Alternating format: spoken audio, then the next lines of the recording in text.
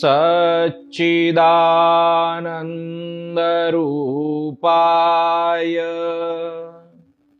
विश्वोत्पत्त्यादिहेतवे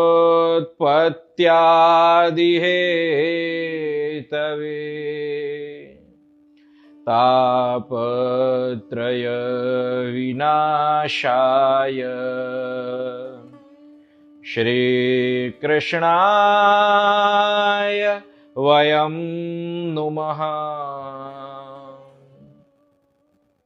सूर्य मंडल स्थित मेरे परम आराध्य परम गुरुवर भगवान श्री सूर्य नारायण का ध्यान करते हुए, उनकी वंदना करते हुए, प्रणाम करते हुए अज्ञानतिमिरान्धस्य ज्ञानाञ्जनशलाकया चक्षुरुन्मीलितं येन तस्मै श्रीगुरवे नमः। तस्मै श्रीगुरवे नमः। तस्मै श्रीगुरवे नमः। जन्माद्यस्य यतोऽन्वयादितरतश्चार्थेष्वभिघ्नस्वराट् तेने ब्रह्महृदाय आदिकवये मुह्यन्ति यत्सूरयः। तेजो वारिमृदां यथा विनिमयो यत्र त्रिसर्गो मृषा धाम्ना स्वेन सदा निरस्तकुहकम् सत्यं परं धीमहि। सत्यं परं धीमहि। धर्मः प्रोच्चितकैतवोऽत्र परमो निर्मत्सराणां सताम् वेद्यं वास्तवमत्र वस्तु शिवदम् तापत्रयोन्मूलनम्। श्रीमद्भागवते महामुनिकृते किं वा परैरीश्वरः सद्यो हृद्यवरुध्यतेऽत्र कृतिभिः शुश्रूषुभे तत्क्षणात्। निगमकल्पतरोर्गलितं फलम् शुकमुखादमृतद्रवसंयुतम् पिबत भागवतं रसमालयम् मुहुरहो रसिका भुवि भावुकाः। मुहुरहो रसिका भुवि भावुकाः। यं प्रव्रजन्तमनुपेतमपेतकृत्यम् द्वैपायनो विरह कातर आजुहाव पुत्रेति तन्मयतया तरवोऽभिनेदु तं सर्वभूतहृदयं मुनिमानतोऽस्मि। यः स्वानुभावमखिलश्रुतिसारमेकम् अध्यात्मदीपमैति तितीर्षतां तमोन्धम् संसारिणां करुणयाः पुराणगृह्यम् तं व्याससूनुमुपयामि गुरुं मुनीनां तं व्याससूनुमुपयामि गुरुं मुनीनां नारायणं नमस्कृत्य नरं चैव नरोत्तमं देवीं सरस्वतीं व्यासं ततो जयमुदीरयेत् ततो जयमुदीरयेत्।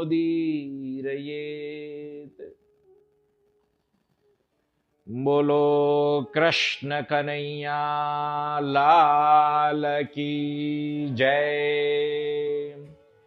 श्री गोवर्धन नाथ की जय। श्री गिरिराज धरण की जय। श्री वृंदावन विहारी लाल की जय। ओ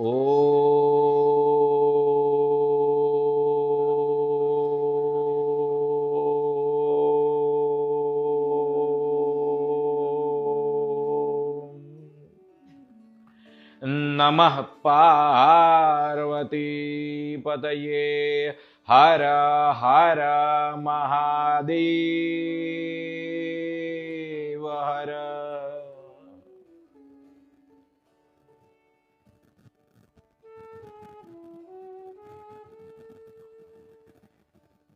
करारविन्देन पदारविन्दम् मुखारविन्दे विनिवेशयन्तम् वटस्य पत्रस्य पुटे शयानम् बालं मुकुन्दं मनसा स्मरामि सन्द्रेत्य लोकान् वटपत्रमध्ये शयानमाद्यन्तविहीनरूपम् सर्वेश्वरं सर्वहितावतारम्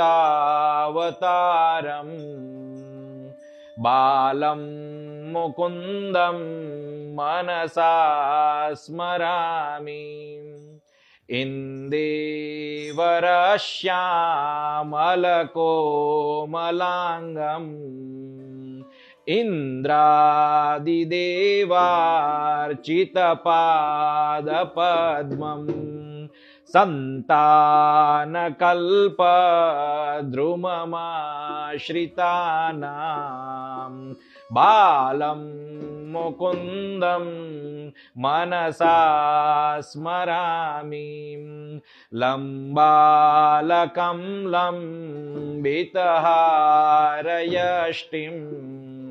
शृङ्गारलीलाङ्कितदन्तपङ्क्तिं बिम्बाधरं चारुविशालनेत्रं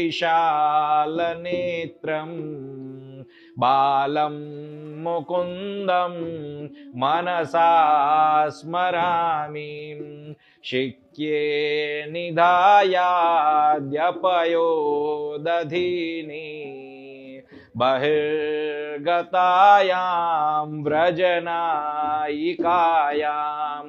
भुक्त्वा यथेष्टं कपटेन सुप्तं बालं मुकुन्दं मनसा स्मरामि कलिन्दजान्तस्थितकालियस्य फणाग्ररङ्गे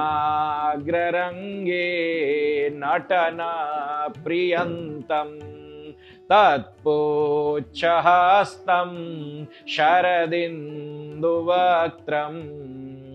बालं मुकुन्दं मनसा स्मरामि उलोखले बद्धमुदारशौर्यम् ओतुङ्गयोग्मार्जुनभङ्गलीलम् फुल्लपद्मायुतचारुनेत्रं बालं मुकुन्दं मनसा स्मरामि आलोक्य मातुर्मुखमादरेण स्तन्यं पिबन्तं सरसीरुहाक्षं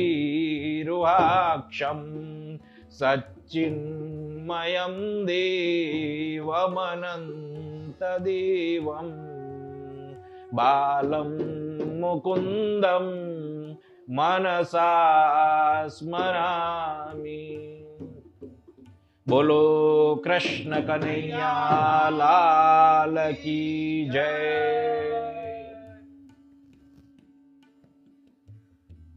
आज हम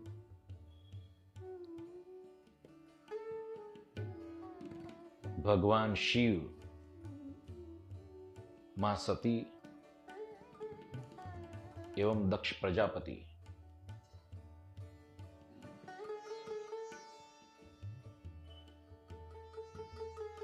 उनके बीच जो हुआ और जो परिणाम प्राप्त हुआ और जिनकी महिमा प्रकट हुई, ऐसे भगवान रुद्र एवं भगवान श्री हरि, उन सभी के विषय में श्रवण करेंगे। जब मैं ये आख्यान, ये प्रसंग का वर्णन कर रहा हूं, तब मेरा हृदय किसी भी प्रकार की लौकिक दुष्टता, मलिनता, विचार, भूतकाल, ऐसे किसी भी प्रकार से ये अंतकरण मलिन नहीं है और केवल अलौकिक स्वरूप से भगवान के यशोगान एवं लीला का वर्णन करना, यही हमारा उद्देश्य है। विदुर जी और मैत्रेय जी के बीच ये जो संवाद हुआ, उनमें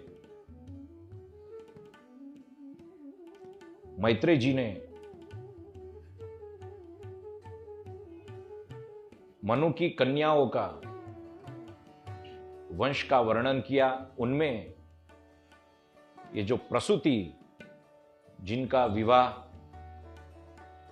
दक्ष प्रजापति के साथ हुआ था, उनके विषय में बताया और कहा कि सती का कोई पुत्र नहीं था और इसका कारण सती ने अपने आप को अग्नि को समर्पित कर दिया, ये था।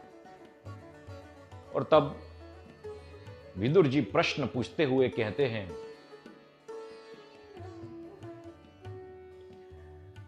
भवे शीलवतां श्रेष्ठे दक्षो दुहितृवत्सलः विद्वेषं करोत्कस्मात् अनादृत्यात्मजां सती। दक्ष प्रजापति को अपनी कन्या सती पर अत्यंत स्नेह था। तो मुझे यह समझ में नहीं आ रहा है, उन्होंने शीलवानों में श्रेष्ठ, जिनका स्वभाव श्रेष्ठ माना जाता है, आचरण श्रेष्ठ माना जाता है, ऐसे शिवजी से विरोध क्यों किया। आगे कहते हैं, कस्तम चराचर गुरुम निर्वैरम शांत विग्रहम आत्मा रामम कथम द्वेष्टि जगतो दैवतम महत्। महादेव जी चराचर के गुरु हैं, किसी से उनका वैर नहीं है, शांत मूर्ति है, अपनी आत्मा में ही मस्त समाधिस्थ है और संपूर्ण जगत के परम आराध्य देव हैं। फिर भी उन्होंने, यानी दक्ष ने वैर किया। उनसे कौन वैर करेगा, कोई वैर करना नहीं चाहिए। हमें आश्चर्य लगता है। तो हमें विस्तार पूर्वक बताइए क्या हुआ था। और तब जाकर मैत्रेय जी विदुर जी को कहते हैं कि एक बार ब्रह्मा जी के सभी पुत्र ऐसे प्रजापतियों ने, ये जो 9 प्रजापति की जब बात होती है और 10वें नारद जी, पुलह पुलस्य दक्ष आदि सभी, ये सब प्रजापति है, वो ब्राह्मण है।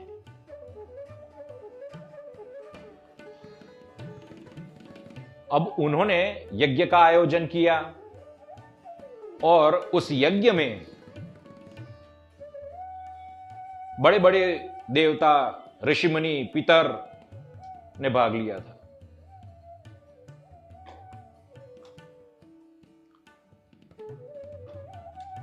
तब दक्ष प्रजापति का आगमन हुआ और उस समय दक्ष प्रजापति का जो तेज था वो सूर्य के समान था। जैसे ही सभा मंडप में प्रवेश किया, अग्नि सहित समस्त देवता उनके प्रभाव से, उनके तेज से प्रभावित हो गए और सभी ने उठकर उनका आदर सत्कार किया। लेकिन ब्रह्मा जी और महादेव जी, ये दोनों अपने स्थान से खड़े नहीं हुए। दक्ष प्रजापति ने ब्रह्मा जी को वंदन किया क्योंकि उनके पिता है, लेकिन अपने जमाई महादेव जी ने जब उनका किसी भी प्रकार का स्वागत सत्कार नहीं किया, अभ्युत्थानादि, तब अभ्युत्थानादि यानी खड़े हो जाना और प्रणाम करना इत्यादि, जब नहीं किया, तब ये दक्ष, जिसको मान की अपेक्षा थी, आकांक्षा थी, वो चिढ़ गया, क्रोधित हो गया और उसने कहा, श्रूयताम ब्रह्मचर्यो में सहदेवा सहाग्नयः साधूनां ब्रुवतो वृत्तम नाज्ञानन्न च मत्सरात्। हे देवता हो, हे ब्राह्मणों, मैं ये किसी भी प्रकार के द्वेष से या लौकिक कामना से नहीं बोल रहा हूं। मैं ये जो कह रहा हूं वो शिष्टाचार के उद्देश्य से कह रहा हूं कि साधूनां ब्रुवतो वृत्तम नाज्ञानन्न च मत्सरात् अयम तु लोकपालानां यशोग्नो निरपत्रपः। ये जो महादेव है ये निर्लज्ज है। उसने लोकपालों की पवित्र कीर्ति को धूल में मिला दिया। देखो, ये शिष्टाचार भी नहीं जानता। ब्रह्मा जी के कहने पर ये मरकट नयन, यानी वानर जैसे जिसके नयन हैं, ऐसे शिव जी को मैंने अपनी मृग नहीं, कन्या, जिनकी हरण जैसी आंखें, ऐसी सुंदर कन्या इस स्मशानवासी को मैंने दी। यह स्मशान में पड़ा रहता है, नरमुंडों की माला पहनता रहता है, हड्डियों को उसने आभूषणों के रूप में धारण किया है, जटा हमेशा बिखरी रहती है, शरीर पर भस्म लगाता है,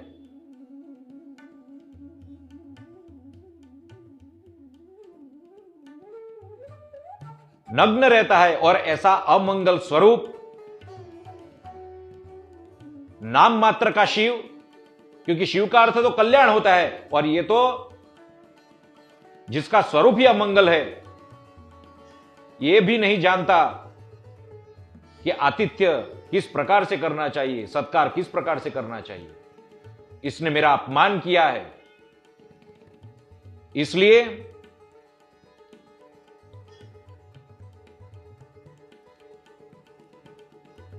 मैं इस तमोगुणी प्रिय शंकर को श्राप देता हूं। अब ये श्राप देने के लिए खड़े हो गए। देवताओं ने बहुत मना किया, सभासदों ने मना किया, नहीं नहीं ऐसा मत करो मत करो, लेकिन फिर भी अपने शरीर को ही आत्मा मानने वाला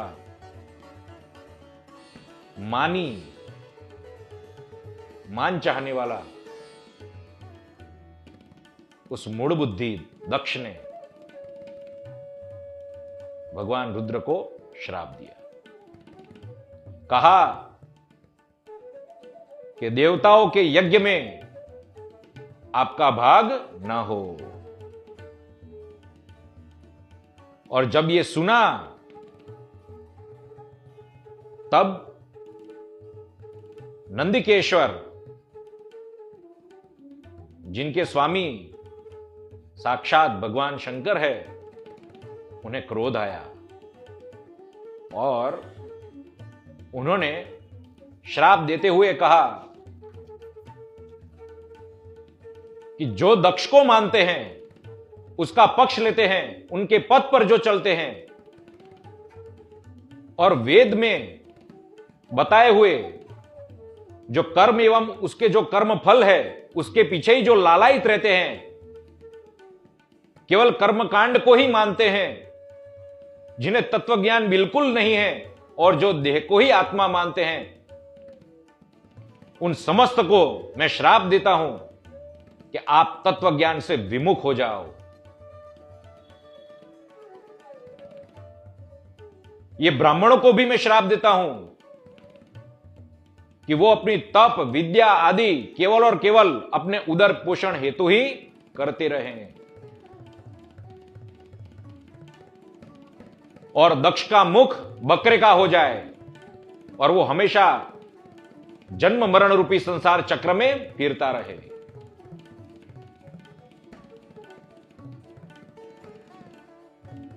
और जब ऐसा श्राप दिया तब भृगु जी, जो कि परम ब्राह्मण हैं, वो क्रोधित हुए और उन्होंने ब्रह्मदंड का प्रयुक्त करते हुए श्राप दिया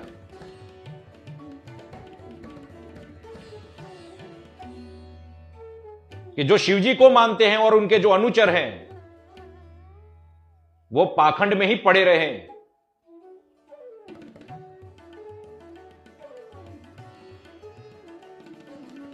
मदिरा और आसव का पान करते रहे।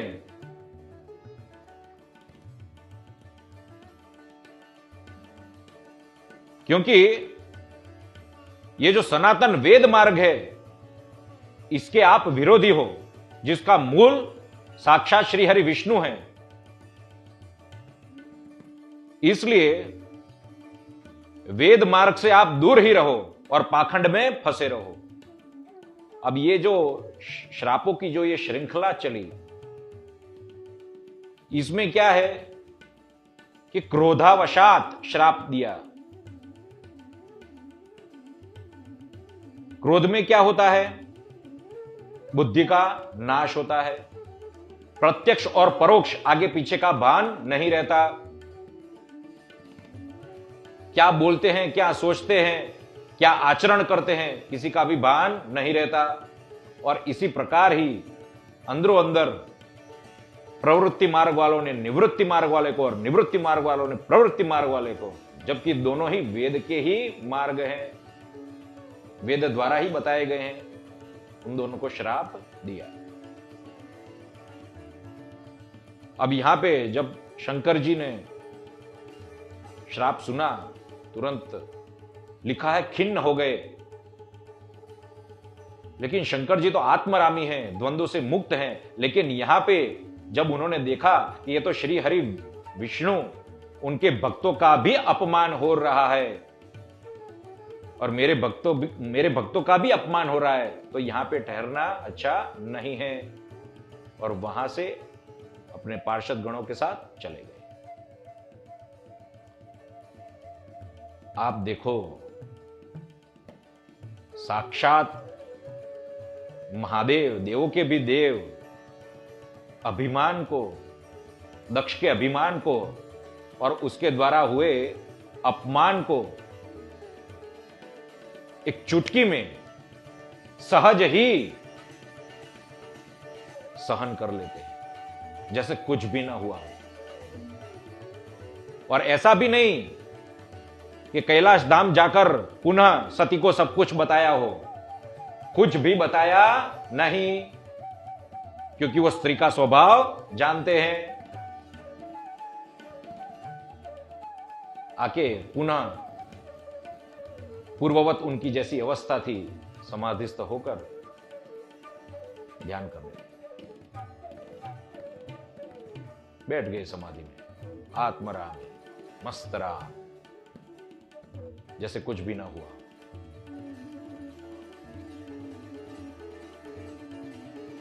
और ऐसे बहुत काल तक दोनों के बीच अनबन बनी रही। अब एक दिन अभी हुआ क्या, ये प्रसंग के बाद ब्रह्मा जी ने दक्ष प्रजापति को प्रजापतियों का स्वामी अधिपति घोषित कर दिया, और उसके कारण उसका अभिमान और बढ़ गया। क्योंकि पहले उद्धताई की, फिर भी किसी ने दंड नहीं दिया, मौन धारण किया सभी लोगों ने, और उसके बाद पद प्राप्ति हुई तो वो अपने आप को बड़ा समझने लगा कि देखो जो मैंने किया वो सही किया। और इसलिए तुलसीदास जी कहते हैं, बड़ अधिकार दक्ष जब पावा,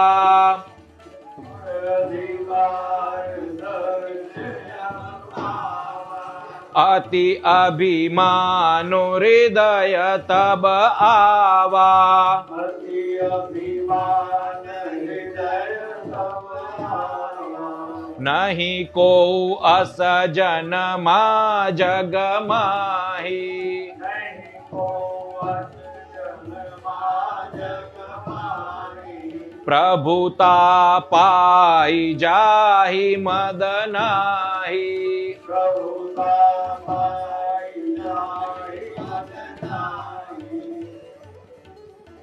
प्रभुता पाई जाहि मद नाही। जैसे ही सामर्थ्य आया, अभिमान साथ साथ आ ही गया। इसलिए कई बार तपश्चर्या करने के बाद भगवान के सच्चे भक्त कहते हैं, मुझे वो सामर्थ्य नहीं चाहिए जिसके कारण मुझे अभिमान आए, मुझे वो सिद्धियां नहीं चाहिए।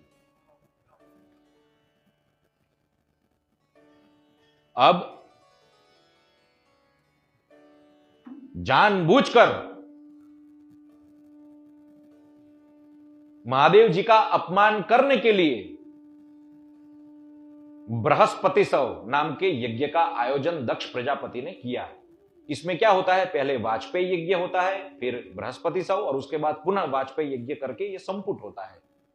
तो उस यज्ञ का आयोजन किया, उसमें बड़े बड़े देवता, ऋषि मुनि, पितृगण सबको निमंत्रित किया, सबको, केवल और केवल महादेव जी को निमंत्रण नहीं दिया। और तब आकाश मार्ग में जब देवता अपनी पत्नियों के साथ जाते थे, दिवांगनाओं के साथ, बड़े सज सज कर आभूषण धारण किए हैं, वस्त्र धारण किए हैं, और यह दृश्य जब मां सती ने देखा और बातें सुनी, तब उससे रहा ना गया, और तुरंत शिवजी को आके कहा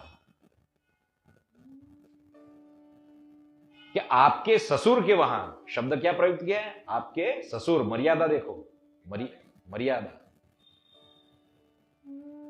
मेरे पिता ऐसे नहीं, आजकल की जैसे कन्याएं बोलती हैं ऐसा नहीं, आजकल की पत्नियां ऐसे ही शब्द, आपके ससुर, ऐसे दक्ष प्रजापति के वहां यज्ञ है।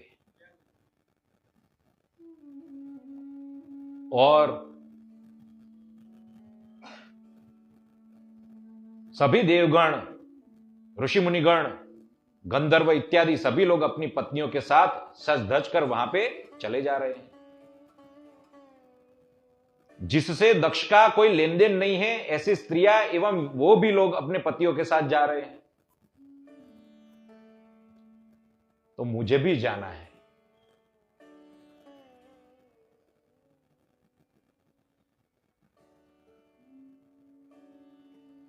कहते हैं मैं मेरी बहन, कैसी बहनें? अपने पतियों से सम्मानित ऐसी बहनें, मेरी मौसिया, मेरी मां, स्नेहाद्रा हृदय धराने वाली ऐसी मेरी जननी मां को मैं मिलना चाहती हूं, उस यज्ञ में उनको देखना चाहती हूं। और बहुत विवेकपूर्ण रूप से कहते हैं कि ये जगत का कारण तो आप ही हो, त्रिभुवनात्मक ये जगत का कारण आप ही हो, और ये जगत आप में ही भासता है, लेकिन मैं स्त्री स्वभाव वाली हूं, इसलिए ये बात से अनभिज्ञ हूं, दीन हूं, इसलिए मेरी जन्मभूमि को देखने के लिए मैं बहुत लालायित हूं, अपने आप को रोक नहीं सकती।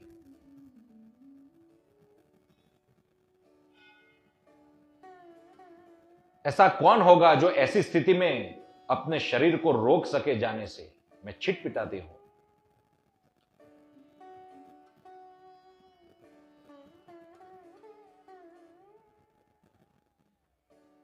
फिर कहते हैं महादेव जी आपको कोई निमंत्रण आया? तो यहां पे कहते हैं सती जी कि माता पिता और गुरु, उनके घर में कोई भी आमंत्रण न हो, निमंत्रण न हो, तो भी चले जाना चाहिए, मान नहीं रखना चाहिए। बात सही भी है, एक दृष्टि से बात सही भी है। सती ने अंतिम बार कहा उस प्रकार से, आप वो हो जिन्होंने अपने आधे अंग में मुझे स्थान दिया, आप इतने करुणाशील हो, कृपया मेरे पर इतना अनुग्रह कीजिए, इस बार मुझे जाने दीजिए।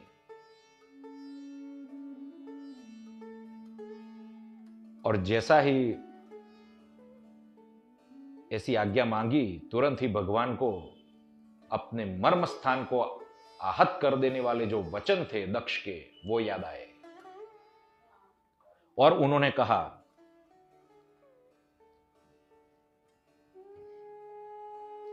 कि आपने जो कहा कि बिना बुलाए जा सकते हैं, वो अच्छी बात है, जाना चाहिए, लेकिन जब दोष दृष्टि हो, अपने शरीर को ही आत्मा मानने के कारण, प्रबल देहाभिमान के कारण जो मद बढ़ गया हो, और उसके कारण जो अंधता उत्पन्न हुई हो, ईर्ष्या उत्पन्न हुई हो, जड़ता उत्पन्न हुई हो, और अन्यों में द्वेष बुद्धि, दोष दृष्टि जो करते हो, उनके घर नहीं जाना चाहिए, चाहे वो कोई भी हो। इसलिए यहां पे तुलसीदास जी भी मानस में बहुत अच्छी तरह से वर्णन करते हैं, कहते हैं जदपि मित्र प्रभु पितृ गुरु गेहा,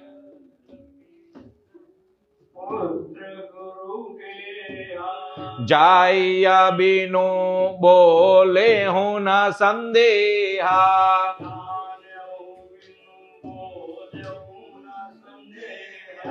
तदपि विरोध मान जहां कोई,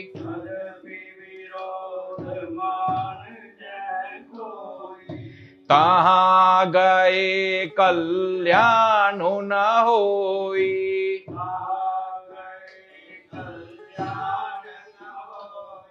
वहां जाने से अपना कल्याण नहीं होता, नहीं जाना चाहिए। और आगे कहते हैं विद्या तपो वित्त वपूर्वयः कुलैः, सतां गुणैः षडभिरसत्तमेत्तरैः, स्मृतो हतायां वृतमान दुर्दृशः, स्तब्धा न पश्यन्ति हि धाम भूयसा। विद्या, तप, द्रव्य, संपत्ति यानी शरीर, स्वस्थ शरीर, युवावस्था और उत्तम कुल, ये 6 जो है ना, ये उत्तम कोटि पुरुष के लिए तो अच्छे गुण माने जाते हैं, लेकिन यही अगर नीच कोटि के पुरुष में अगर हो जाए, उसको प्राप्त हो जाए, तो उनके कारण उसका अभिमान बढ़ जाता है। और यही बात आपके पिताजी के साथ हुई है। फिर कहते हैं आगे कि ऐसे लोगों के घर कभी नहीं जाना चाहिए कि जो आपको देखते ही, अतिथि को देखते ही जिनकी भौहें चढ़ जाए और रोष दृष्टि से देखने लगे। तो कोरी भावुकतावश उनके घर जाना नहीं चाहिए। फिर आगे कहते हैं, तथा ऋभिर्न व्यथते शिलीमुखैः शेतेर्दितांगो हृदयेन दूयता स्वानां यथा वक्रधियां दुरक्तिभिर्दीवानिशं तप्यति मर्मताडितः। कहते हैं कि ये जो शब्द होते हैं ना, इसका बहुत गंभीर प्रभाव होता है। ये बाणों से भी ज्यादा प्रभाव दिखाते हैं कि बाणों से अगर अपना हृदय विदीर्ण हो जाए, मर्मस्थान आहत हो जाए, तो भी जैसे तैसे करके मनुष्य को निद्रा आ जाती है। लेकिन ये शब्द रूपी जो बाण है, उससे आहत हुआ जो हृदय है, उससे व्यथित हुआ जो अंतःकरण है, उससे मनुष्य को अपनी शांति वो खो बैठता है।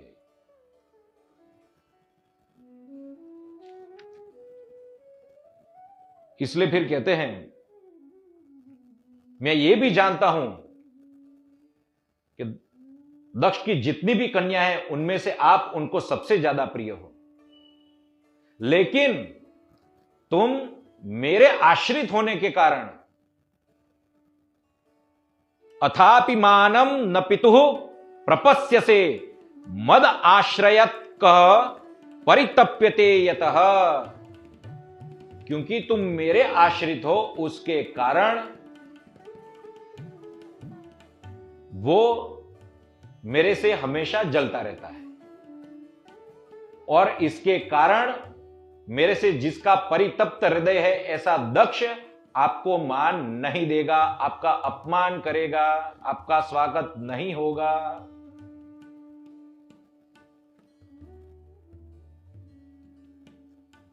फिर कहते हैं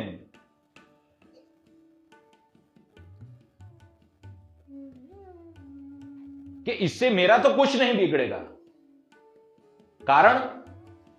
कारण ये कि मैं तो ये चित्त का जो साक्षी है, ऐसा आत्मा, ऐसा परमात्मा, अहंकार शून्य इस परमात्मा में स्थित हूं।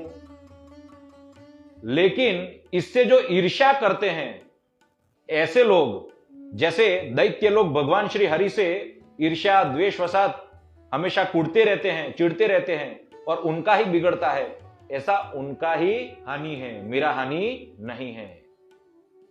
और इसलिए यहां पे अब सत्य प्रकट करते हैं, पूछते हैं कि ऐसा क्या हो गया। सती जी पूछते हैं, आप में और आपके ससुर के बीच ऐसा क्या घटना घटित हो गई जो आप इतना बोल रहे हो। और तब कहते हैं, ब्रह्म सभाहमसन दुखुमाना, ब्रह्म सभाहमसन दुखुमाना, तेहि ते अजाहु करहि अपमाना, अजाहु जो बिनु बोल जाहु भवानी,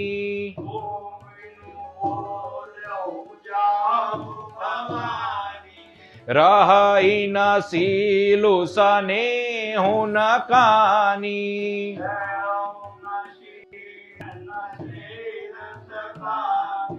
और विस्तार से बताया कि एक बार ऐसा यज्ञ था, ब्रह्म सभा थी, उसमें मैं गया था और दक्ष ने मेरा अपमान किया था, ऐसे वचन बोले थे। जब आपको अभी निमंत्रित ही नहीं किया तो ऐसे मत जाओ, आपका मान आदर नहीं रहेगा, शील सत्कार नहीं रहेगा।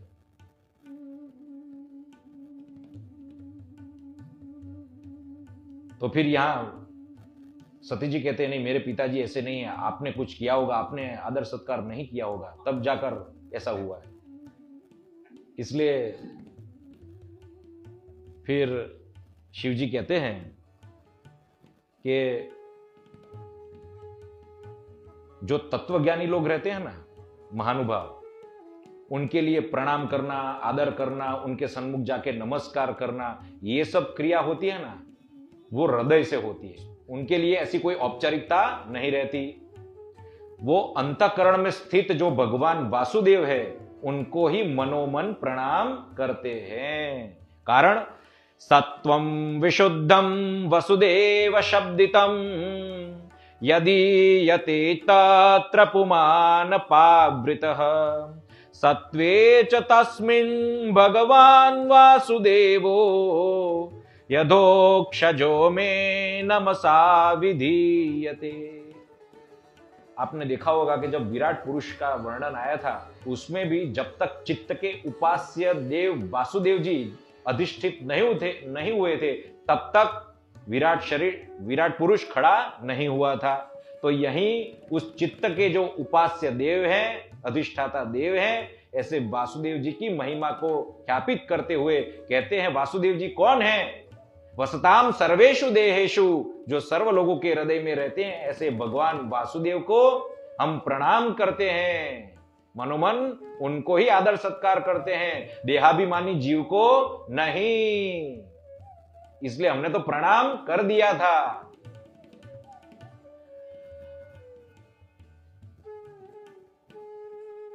और फिर आगे कहते हैं, ऐसा मेरा तिरस्कार किया जबकि मेरा कोई अपराध नहीं था, और फिर भी तुम अगर जाना चाहती हो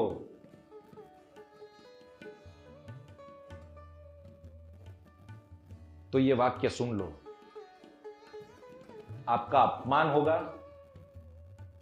और जैसे ही प्रतिष्ठित पुरुषों का अपमान अपने स्वजनों के द्वारा जब होता है ना, तब वो जीते जी ही मर जाता है।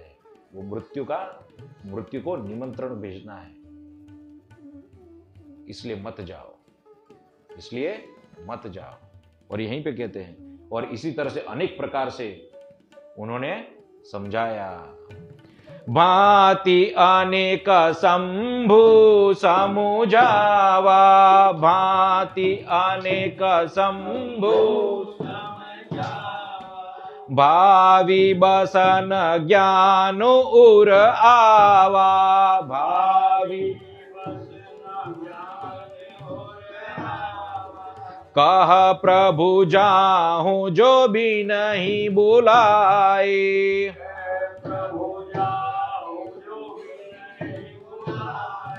नहीं भली बात हमारे भाई।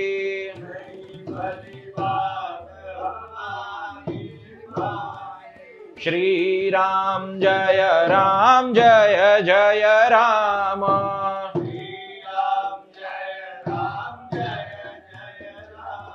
अब ये कह दिया, सती को सत्य बता दिया। अब सती जी की जो दशा थी वो बहुत दीन, क्योंकि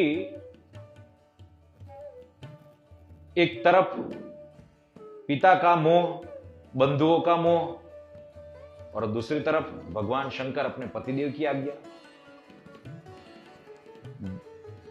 बाहर जाती रहती थी, देवों को देखती रहती थी, ऊपर सब लोग जाते थे, उनको अंदर आती थी और भगवान को देखती थी।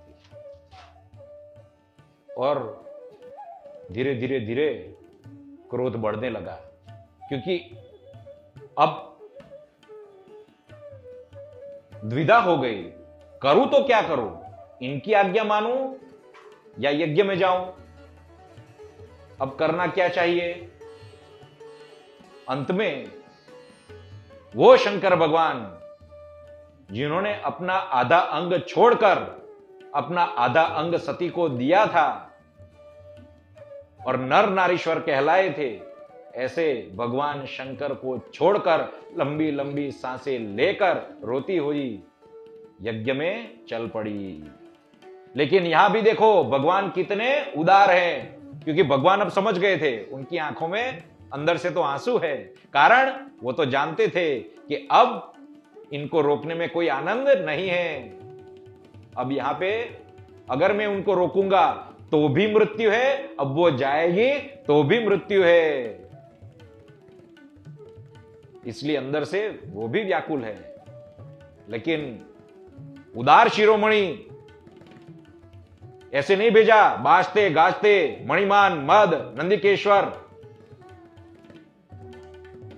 वृषभ पर बैठाकर दर्पण चंवर छत्र ऐसे बाजे बजाते और उनकी जो प्रिय वस्तु थी उनको साथ लेकर सहस्त्र अनुचरों के साथ उनको भेजा, क्योंकि उनको पता था ये इस प्रकार से ये अब यहां से अंतिम बार जा रही है।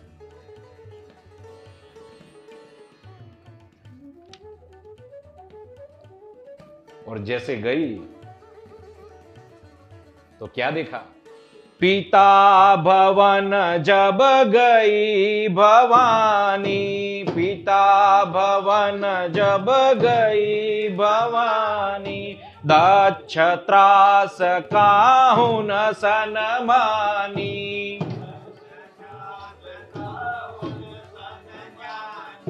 सादर भले ही मिली एक माता,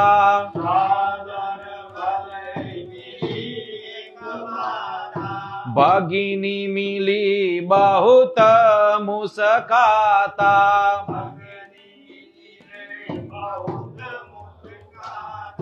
दक्षन कछु पूछी कुशलता,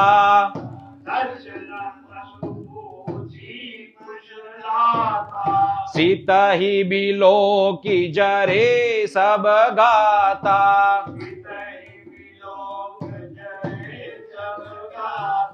सती जाऊ देखऊ तब जागा, देख कतहु न दीख शंभु कर भागा,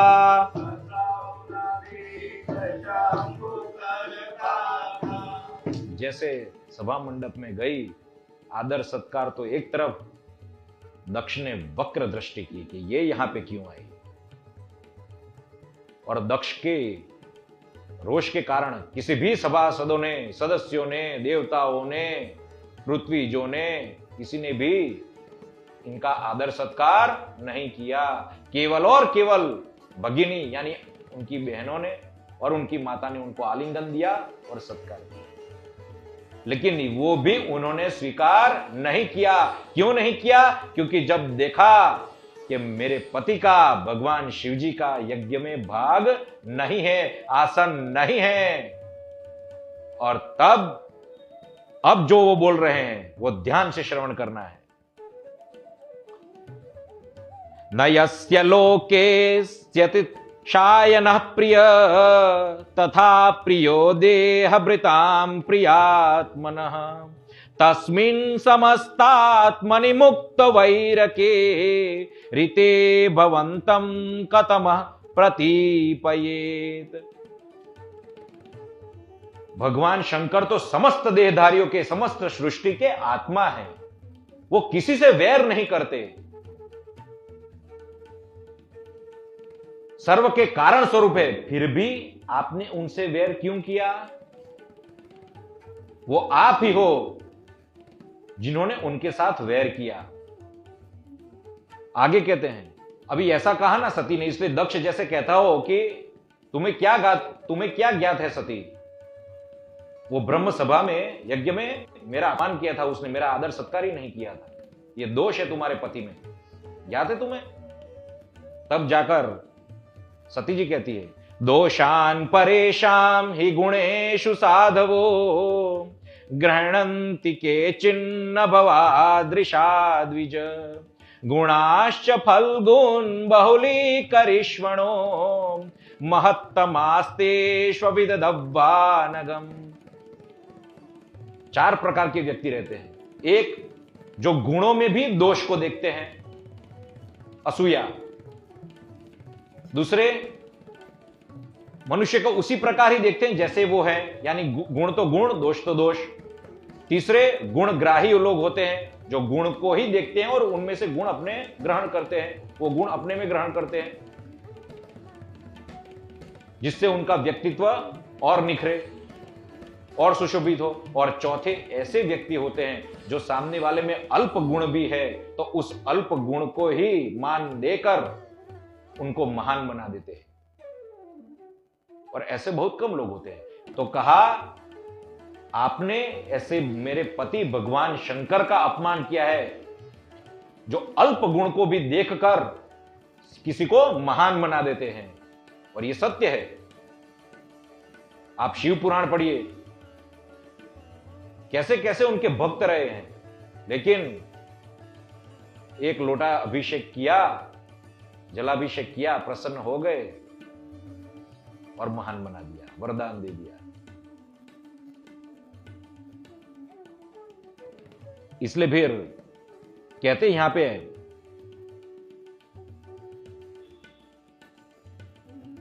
कि आपने निंदा तो की, उनको कोई भी अंतर नहीं पड़ता। वो तो आत्मरामी है, महापुरुष है, लेकिन ऐसे महान पुरुषों की जो चरण धूलि है ना, वो आपको क्षमा नहीं करेगी। आपने जो निंदा की, इसके कारण उनकी चरण धूलि आपके तेज को समाप्त कर देगी, आपके पतन का कारण बनेगी, आपका नाश का कारण बनेगी वो। और ऐसा जघन्य कार्य आप जैसे दुष्ट पुरुष को ही शोभा देता है, अन्य को नहीं। इसलिए वहां पे वो कहते हैं, दक्ष, अरे सती, तुम्हें क्या ज्ञात है? वो तो स्वयं अमंगल है, स्मशान में पड़ा रहता है, उसकी क्या प्रशंसा करती है? तब सती जी यहां पे कहते हैं, यद्वयक्षरम नाम गिरेरितम नृणाम सकृत प्रसंगाद अगमाशु हन्ति तत् पवित्र कीर्तिम तमलंग्य शासनम भवान हो द्वेष्टि शिवम शिवेतरः। केवल 2 अक्षर का उनका नाम है शिव। ये केवल अज्ञानता पूर्वक भी जो शिव ऐसा बोल देते हैं, उनका भी जो ये कल्याण करते हैं, जिनकी आज्ञा का उल्लंघन कोई नहीं करता, जो सबके लिए मंगल स्वरूप है, आप इनको अमंगल कहते हो? आप अमंगल हो क्योंकि आपने ऐसे महापुरुष की निंदा की। कहते हैं, मुझे ऐसा मत कह अमंगल, क्योंकि मैं तो ब्रह्मा का पुत्र हूं, साक्षात प्रजापति हूं, दक्ष कह रहा है। इसलिए सती कहती है, यत्पाद पद्मं महतां मनोलिभिर् निषेवितं ब्रह्म रसासवार्थिभिः लोकस्य यद्वर्षति चाशिशोर्थिन तस्मै भवान् ध्रुयति विश्वबंधवे। कहा कि ब्रह्मा जैसे महापुरुष भी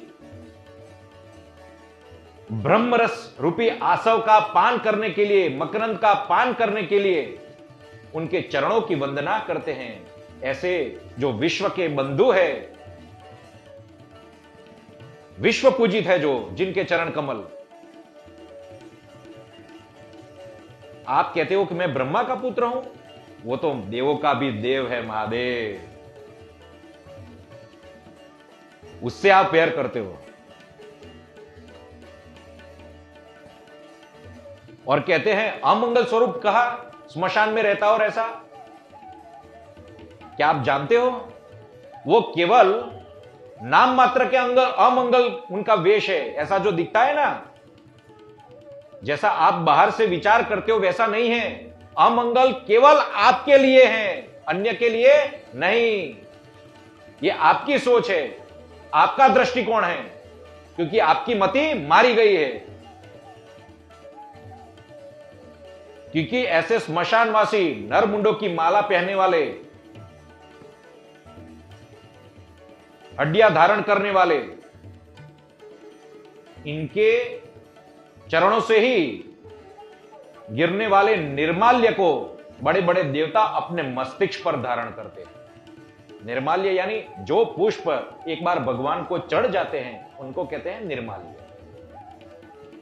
और आप जानते हो कि उसी निर्माल्य पुष्प पर पैर पड़ गया था और शिव महिम्न स्तोत्र की रचना हुई थी, याद होगा आपको। फिर आगे कहते हैं, सुनहु सभासद सकल मुनिंदा,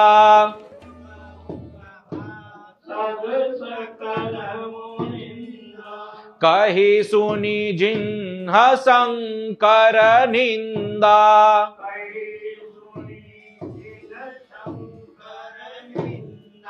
सौ फलु तुरत लहब सब काहू,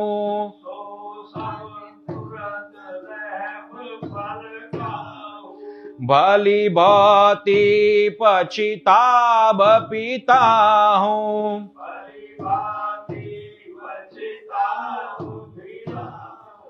कि देखो, इन्होंने भगवान शिव जी की निंदा करी है, मेरे पिता ने ये भगवान शिव जी की निंदा करी है, आप सर्व लोग साक्षी में हो। अब इसका अहित होगा।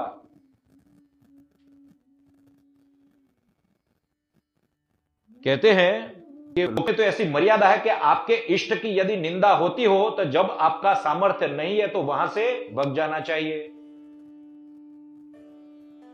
अथवा तो अगर आप समर्थवान हैं तो उसकी जिह्वा काट लेनी चाहिए। अब कहा,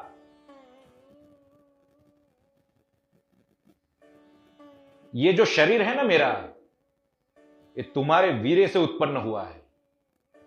अब मैं ये शरीर को कैसे धारण करूं, क्योंकि तुमने तो अपमान कर दिया। और जब भगवान शिव, यदि मैं यहां से वापस गई, पुनः गई लौटी में, और मुझे उपहास में भी हे दाक्षायणी, हे दक्षपुत्री ऐसा कहा, तो मैं लज्जा के मारे अपने आप को कभी क्षमा नहीं कर पाऊंगी। मैं किसको अपना मुंह दिखाऊं? अब मैं ये शरीर को नहीं रहने दूंगी। और इसी प्रकार बोलते हुए उत्तर दिशा में बैठ गई और प्राण अपान को मिलाकर वायु को ऊर्ध्व दिशा में अर्थात नाभि चक्र से विशुद्ध्या चक्र तक और फिर ऊपर ब्रह्मरंध्र तक ले गई। समस्त अंगों में कैसा अंग, मां सती का कैसा अंग कि जो एक समय भगवान श्री शंकर के अंक में उनकी गोद में विराजता था, अब उस अंग को अग्नि और वायु की धारणा कर योगाग्नि में बढ़ बढ़ बढ़ सहज ही जल गई, भस्म कर दिया। और ये दृश्य देखकर देवता लोग कांप गए, हाहाकार मच गया। पृथ्वी लोग कांपने लगा कि हाय, ये दक्ष प्रजापति कैसा है जिसे ये मैथुनी सृष्टि उत्पन्न हुई, ये ब्राह्मण द्रोही है, शंकर द्रोही है, वो बचा सकता था, उसने रोका भी नहीं अपनी पुत्री को। धिक्कार है।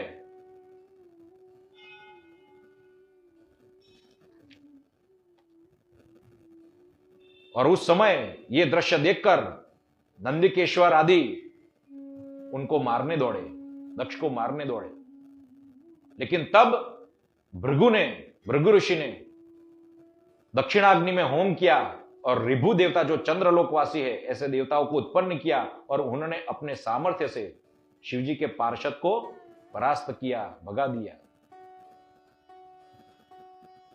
और आगे की कथा अब हम समय नहीं है तो कल ही करेंगे।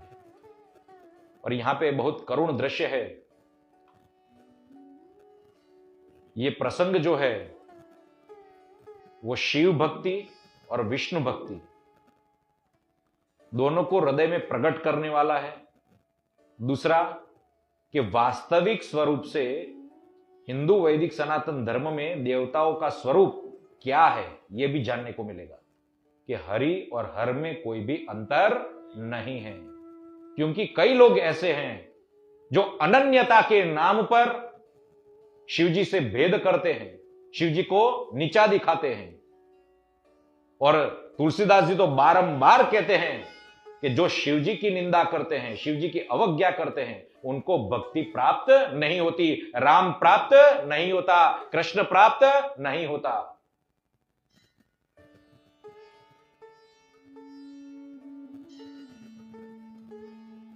तो हमें हृदय में हमेशा ये भाव धारण रखने हैं। और कल इसकी चर्चा करेंगे, कल सत्संग करेंगे। जो बाकी का प्रसंग है वो कल हम करेंगे।